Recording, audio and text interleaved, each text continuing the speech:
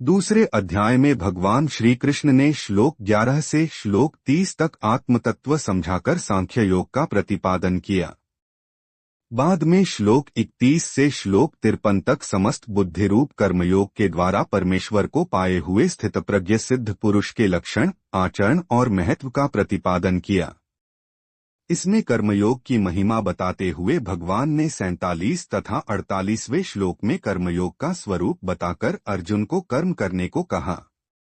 49वें श्लोक में समत्व बुद्धिरूप कर्मयोग की अपेक्षा सकाम कर्म का स्थान बहुत नीचा बताया। 50वें श्लोक में समत्व बुद्धियुक्त पुरुष की प्रशंसा करके अर्जुन को कर्मयोग में जुड़ जाने के लिए कहा और 51वें श्लोक में बताया कि समत्व बुद्धियुक्त ज्ञानी पुरुष को परम पद की प्राप्ति होती है। यह प्रसंग सुनकर अर्जुन ठीक से तय नहीं कर पाया, इसलिए भगवान से उसका और स्पष्टीकरण कराने तथा अपना निश्चित कल्याण जानने की इच्छा से अर्जुन पूछता है। अर्जुन उवाच ज्यायसी चेत कर्मणस्ते मता बुद्धिर्जनार्दन तत्किं कर्मणि घोरे मां नियोजसी केशव। अर्जुन बोले हैं, हे जनार्दन, यदि आपको कर्म की अपेक्षा ज्ञान श्रेष्ठ मान्य है तो फिर हे केशव, मुझे भयंकर कर्म में क्यों लगाते हैं। व्यामिश्रेणे वाक्येन बुद्धि मोह्यसीव में तदेकं वद निश्चित्य येन श्रेयोहमाप्नुयाम्। आप मिले हुए वचनों से मेरी बुद्धि को मानो मोहित कर रहे हैं, इसलिए उस एक बात को निश्चित करके कहिए जिससे मैं कल्याण को प्राप्त हो जाऊं। श्री भगवानुवाच लोकेस्मिन् द्विविधा निष्ठा पुरा प्रोक्ता मया नघ ज्ञानयोगेन सांख्याना कर्मयोगेन योगिना। श्री भगवान बोले हैं, हे निष्पाप, इस लोक में 2 प्रकार की निष्ठा मेरे द्वारा पहले कही गई है। उनमें से सांख्ययोगियों की निष्ठा तो ज्ञान योग से और योगियों की निष्ठा कर्मयोग से होती है। न कर्मणाम नारंभान्नैष कर्मे पुरुषोषुते न च संन्यसनादेव सिद्धिं समधिगच्छति। मनुष्य न तो कर्मों का आरंभ किए बिना निष्कर्मता को यानी योगनिष्ठा को प्राप्त होता है और न कर्मों के केवल त्याग मात्र से सिद्धि यानी सांख्यनिष्ठा को ही प्राप्त होता है। न ही कश्चित् क्षणमपि जातु तिष्ठत्य कर्मकृत कार्यते ह्यवशः कर्म सर्वः प्रकृतिजैर्गुणैः। निःसंदेह कोई भी मनुष्य किसी काल में क्षणमात्र भी बिना कर्म किए नहीं रहता, क्योंकि सारा मनुष्य समुदाय प्रकृति जनित गुणों द्वारा परवश हुआ कर्म करने के लिए बाध्य किया जाता है। कर्मेन्द्रियाणि संयमय य आस्ते मनसा स्मरन् इंद्रियार्थान विमूढ़ात्मा मिथ्याचारः स उच्यते। जो मूढ़ बुद्धि मनुष्य समस्त इंद्रियों को हठपूर्वक ऊपर से रोककर मन से उन इंद्रियों के विषयों का चिंतन करता रहता है, वह मिथ्याचारी अर्थात दंभी कहा जाता है। यस्त्विन्द्रियाणि मनसा नियम्यार्भतेर्जुन कर्मेन्द्रियः कर्मयोगमसक्तः स विशिष्यते। किंतु हे अर्जुन, जो पुरुष मन से इंद्रियों को वश में करके अनासक्त हुआ समस्त इंद्रियों द्वारा कर्मयोग का आचरण करता है, वही श्रेष्ठ है। नेतं कुरु कर्म त्वं कर्म ज्यायो ह्यकर्मणः शरीरयात्रापि च ते न प्रसिद्धेत कर्मणः। तू शास्त्र विहित कर्तव्य कर्म कर, क्योंकि कर्म न करने की अपेक्षा कर्म करना श्रेष्ठ है तथा कर्म न करने से तेरा शरीर निर्वाह भी सिद्ध नहीं होगा। यज्ञार्थात् कर्मणोऽन्यत्र लोकोऽयं कर्मबन्धनः तदर्थं कर्म कौन्तेय मुक्तसंगः समाचर। यज्ञ के निमित्त किए जाने कर्मों के अतिरिक्त दूसरे कर्मों में लगा हुआ ही यह मनुष्य समुदाय कर्मों से बंधता है। इसलिए हे अर्जुन, तू आसक्ति से रहित होकर उस यज्ञ के निमित्त ही भली भांति कर्तव्य कर्म कर। सहयज्ञाः प्रजाः सृष्ट्वा पुरोवाच प्रजापत्यः अनेन प्रस्विष्यध्वमेश वोस्तिवष्ट कामधुक्। प्रजापति ब्रह्मा ने कल्प के आदि में यज्ञ सहित प्रजाओं को रचकर उनसे कहा कि तुम लोग इस यज्ञ के द्वारा वृद्धि को प्राप्त हो और यह यज्ञ तुम लोगों को इच्छित भोग प्रदान करने वाला हो। देवान् भाव्यतानेन ते देवा भाव्यन्तु वः परस्परं भाव्यन्तः श्रेयः परं वाप्स्यथ। तुम लोग इस यज्ञ के द्वारा देवताओं को उन्नत करो और वे देवता तुम लोगों को उन्नत करें। इस प्रकार निःस्वार्थ भाव से एक दूसरे को उन्नत करते हुए तुम लोग परम कल्याण को प्राप्त हो जाओगे। इष्टान भोगान ही वो देवा दास्यन्ते यज्ञ भाविता है। तैर्दत्तान प्रदायभ्यो यो भुंक्ते स्तेन एव सह। यज्ञ के द्वारा बढ़ाए हुए देवता तुम लोगों को बिना मांगे ही इच्छित भोग निश्चय ही देते रहेंगे। इस प्रकार उन देवताओं के द्वारा दिए हुए भोगों को जो पुरुष उनको बिना दिए स्वयं भोगता है वह चोर ही है। यज्ञशिष्टाशिनः संतो मुच्यन्ते सर्वकिल्बिषयः। भुंजते ते त्वघन पापा ये पचन्त्यात्म कारणात्। यज्ञ से बचे हुए अन्न को खाने वाले श्रेष्ठ पुरुष सब पापों से मुक्त हो जाते हैं और पापी लोग अपना शरीर पोषण करने के लिए ही अन्न पकाते हैं, वे तो पाप को ही खाते हैं।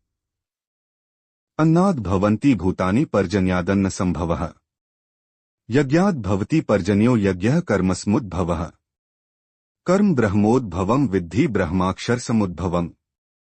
तस्मात् सर्वक्तं ब्रह्मा नित्य यज्ञे प्रतिष्ठितम्। संपूर्ण प्राणी अन्न से उत्पन्न होते हैं। अन्न की उत्पत्ति वृष्टि से होती है, वृष्टि यज्ञ से होती है और यज्ञ विहित कर्मों से उत्पन्न होने वाला है। कर्म समुदाय को तू वेद से उत्पन्न और वेद को अविनाशी परमात्मा से उत्पन्न हुआ जान। इससे सिद्ध होता है कि सर्वव्यापी परम अक्षर परमात्मा सदा ही यज्ञ में प्रतिष्ठित है। एवं प्रवर्तितम चक्रं नानुवर्तयति ह्यः। अघायुरिन्द्रियारामो मोघः पार्थ स जीवति। हे पार्थ, जो पुरुष इस लोक में इस प्रकार परंपरा से प्रचलित सृष्टि चक्र के अनुकूल नहीं बरतता, अर्थात अपने कर्तव्य का पालन नहीं करता, वह इंद्रियों के द्वारा भोगों में रमण करने वाला पापायु पुरुष व्यर्थ ही जीता है। यस्त्वात्मर्तिरेव स्यादात्मतृप्तश्च मानवः। आत्मन्येव च संतुष्टस्तस्य कार्यं न विद्यते। परंतु जो मनुष्य आत्मा में ही रमण करने वाला और आत्मा में ही तृप्त तथा आत्मा में ही संतुष्ट है, उसके लिए कोई कर्तव्य नहीं है। नैव तस्य कृतेनार्थो न कृतेने कश्चन, न चास्य सर्वभूतेषु कश्चिदर्थव्यपाश्रयः। उस महापुरुष का इस विश्व में न तो कर्म करने से कोई प्रयोजन रहता है और न कर्मों के न करने से ही कोई प्रयोजन रहता है, तथा संपूर्ण प्राणियों में भी इसका किंचन मात्र भी स्वार्थ का संबंध नहीं रहता। तस्मात् सक्तः सत्तं कार्यं कर्म समाचर, असक्तो ह्याचरन् कर्म परमाप्नोति पुरुषः। इसलिए तू निरंतर आसक्ति से रहित होकर सदा कर्तव्य कर्म को भली भांति करता रह, क्योंकि आसक्ति से रहित होकर कर्म करता हुआ मनुष्य परमात्मा को प्राप्त हो जाता है। कर्मणैव हि संसिद्धिमा स्थिता जनकादयः। लोक संग्रह में वापि संपश्यन कर तुमर्हसि। जनकादि ज्ञानी जन भी आसक्ति रहित कर्म द्वारा ही परम सिद्धि को प्राप्त हुए थे। इसलिए तथा लोक संग्रह को देखते हुए भी तू कर्म करने को ही योग्य है, अर्थात तुझे कर्म करना ही उचित है। यद्यदाचरति श्रेष्ठस्तत्तदेवेतरो जनः, स यत् प्रमाणम कुरुते लोकस्तदनुवर्तते। श्रेष्ठ पुरुष जो जो आचरण करता है, अन्य पुरुष भी वैसा वैसा ही आचरण करते हैं। वह जो कुछ प्रमाण कर देता है, समस्त मनुष्य समुदाय उसके अनुसार बरतने लग जाता है। न मे पार्थास्ति कर्तव्यं त्रिषु लोकेषु किंचन, नान्वाप्तं वाप्तव्यं वर्त एव च कर्मणि। हे अर्जुन, मुझे इन तीनों लोकों में न तो कुछ कर्तव्य है, न ही कोई भी प्राप्त करने योग्य वस्तु अप्राप्त है, तो भी मैं कर्म में ही बरतता हूँ। यदि यह न वर्तें जातु कर्मण्यन्द्रितः, मम वर्तमानुवर्तन्ते मनुष्याः पार्थ सर्वशः। क्योंकि हे पार्थ, यदि कदाचित मैं सावधान होकर कर्मों में न बरतूं, तो बड़ी हानि हो जाए, क्योंकि मनुष्य सब प्रकार से मेरे ही मार्ग का अनुसरण करते हैं। उत्सीदेवरिमे लोका न कुर्या कर्म चेदहम संकरस्य च कर्ता स्यामुपहन्यामिमाह प्रजा है। इसलिए यदि मैं कर्म न करूं तो ये सब मनुष्य नष्ट भ्रष्ट हो जाएं और मैं संकर्ता का करने वाला हूं तथा इस समस्त प्रजा को नष्ट करने वाला बनूं। सक्ताः कर्मण्य विद्वांसो यथा कुर्वन्ति भारत कुर्याद विद्वांस तथा सक्तश्चिकीर्षुर लोक संग्रहें। हे भारत, कर्म में आसक्त हुए अज्ञानी जन जिस प्रकार कर्म करते हैं, आसक्ति रहित विद्वान भी लोक संग्रह करना चाहता हुआ उसी प्रकार कर्म करे। न बुद्धिभेदम जनेद ज्ञाना कर्म संगिना जोशेत सर्वकर्माणि विद्वान युक्तः समाचरण।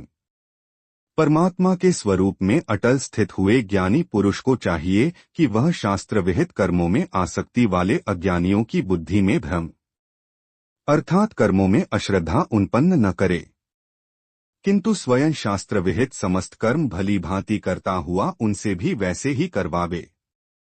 प्रकृतेः क्रियमाणानि गुणैः कर्माणि सर्वशः अहंकार विमूढ़ात्मा कर्ताहमिति मन्यते। वास्तव में संपूर्ण कर्म सब प्रकार से प्रकृति के गुणों द्वारा किए जाते हैं, तो भी जिसका अंतःकरण अहंकार से मोहित हो रहा, ऐसा अज्ञानी मैं करता हूं ऐसा मानता है।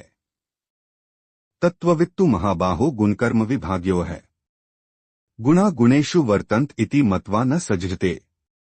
परंतु हे महाबाहो, गुण विभाग और कर्म विभाग के तत्व को जानने वाला ज्ञानयोगी संपूर्ण गुण ही गुणों में बरत रहे हैं, ऐसा समझकर उनमें आसक्त नहीं होता। प्रकृतेर गुण सम्मूढ़ाः सज्जन्ते गुण कर्मसु तानकृत्स्न विदो मंदानकृत्स्न विन विचालेत। प्रकृति के गुणों से अत्यंत मोहित हुए मनुष्य गुणों में और कर्मों में आसक्त रहते हैं। उन पूर्णतया न समझने वाले मंदबुद्धि अज्ञानियों को पूर्णतया जानने वाला ज्ञानी विचलित न करे। मयि सर्वाणि कर्माणि सन्न्यस्याध्यात्मचेतसा निराशीर्निर्ममो भूत्वा युध्यस्व विगतज्वरः। मुझ अंतर्यामी परमात्मा में लगे हुए चित्त द्वारा संपूर्ण कर्मों को मुझ में अर्पण करके आशारहित, ममतारहित और संतापरहित होकर युद्ध कर। ये में मतमिदं नित्यं नुतिष्ठन्ति मानवा है। श्रद्धावंतों सुयंतो मुच्यन्ते तेपि कर्मभिः। जो कोई मनुष्य दोषदृष्टि से रहित और श्रद्धायुक्त होकर मेरे इस मत का सदा अनुसरण करते हैं, वे भी संपूर्ण कर्मों से छूट जाते हैं। ये त्वेतद्भ्यसूयन्तो नानुतिष्ठन्ति में मतम् सर्वज्ञान्निमूढ़ांस्तान् विद्धि नष्टांचेतसः। परंतु जो मनुष्य मुझ में दोषारोपण करते हुए मेरे इस मत के अनुसार नहीं चलते हैं, उन मूर्खों को तू संपूर्ण ज्ञानों में मोहित और नष्ट हुए ही समझ। सदृशं चेष्टते स्वस्याः प्रकृतेर्ज्ञानवान्ति प्रकृति यान्ति भूतानि निग्रह की करिष्यति। सभी प्राणी प्रकृति को प्राप्त होते हैं, अर्थात अपने स्वभाव के परवश हुए कर्म करते हैं। ज्ञानवान भी अपनी प्रकृति के अनुसार चेष्टा करते हैं, फिर इसमें किसी का हठ क्या करेगा। इंद्रियस्येन्द्रियस्यार्थे रागद्वेषौ व्यवस्थितौ तयोर्न वशमागच्छेतौ यस्य परिपंथिनौ। इंद्रिय के अर्थ में अर्थात प्रत्येक इंद्रिय के विषय में राग और द्वेष छिपे हुए स्थित हैं। मनुष्य को उन दोनों के वश में नहीं होना चाहिए, क्योंकि वे दोनों ही इसके कल्याण मार्ग में विघ्न करने वाले महान शत्रु हैं। श्रेयान् स्वधर्मो विगुण परधर्मात् स्वनुष्ठितात् स्वधर्मे निधन श्रेयः परधर्मो भयावह। अच्छी प्रकार आचरण में लाए हुए दूसरे के धर्म से गुण रहित भी अपना धर्म अति उत्तम है। अपने धर्म में तो मरना भी कल्याणकारक है और दूसरे का धर्म भय को देने वाला है। अर्जुन उवाच अथ केन प्रयुक्तोऽयं पापं चरति पुरुषः अनिच्छन्नपि वार्ष्णेय बलादिव नियोजितः। अर्जुन बोले हैं, हे कृष्ण, तो फिर यह मनुष्य स्वयं न चाहता हुआ भी बलात् लगाए हुए की भांति किससे प्रेरित होकर पाप का आचरण करता है। श्री भगवानुवाच काम एष क्रोध एष रजोगुण समुद्भवः महाशनो महापापमा विद्धेयन में वैरिणम। श्री भगवान बोले है, रजोगुण से उत्पन्न हुआ यह काम ही क्रोध है। यह बहुत खाने वाला अर्थात भोगों से कभी न अघाने वाला और बड़ा पापी है। इसको ही तू इस विषय में वैरी जान। धूमेनाव्रियते वह्निर्यथादर्शो मलेंच यथोल्बेनावृतो गर्भस्तथा तेनेद्मावृतम। जिस प्रकार धुएं से अग्नि और मैल से दर्पण ढका जाता है तथा जिस प्रकार जेर से गर्भ ढका रहता है, वैसे ही उस काम के द्वारा यह ज्ञान ढका रहता है। आवृतं ज्ञान में तेन ज्ञानिनो नित्य वैरिणा कामरूपेण कौन्तेय दुष्पूरेणान लेंच। और हे अर्जुन, इस अग्नि के समान कभी न पूर्ण होने वाले कामरूप ज्ञानियों के नित्य वैरी के द्वारा मनुष्य का ज्ञान ढका हुआ है। इंद्रियाणि मनो बुद्धिरस्याधिष्ठान मुच्यते एतैर्विमोह्यत्येष ज्ञानमावृत्य देहिनम्। इंद्रिया, मन और बुद्धि, ये सब वासस्थान कहे जाते हैं।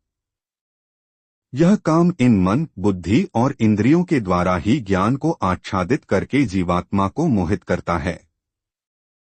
तस्मात् त्वमिन्द्रियाण्यादौ नियमय भर्तर्षभ पापमान प्रजिह्येनम् ज्ञान विज्ञाननाशन।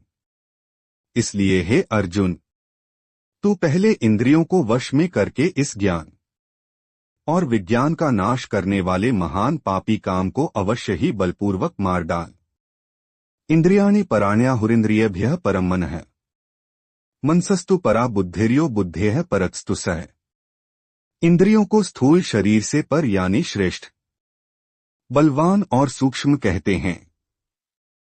इन इंद्रियों से पर मन है, मन से भी पर बुद्धि है, और जो बुद्धि से भी अत्यंत पर है वह आत्मा है।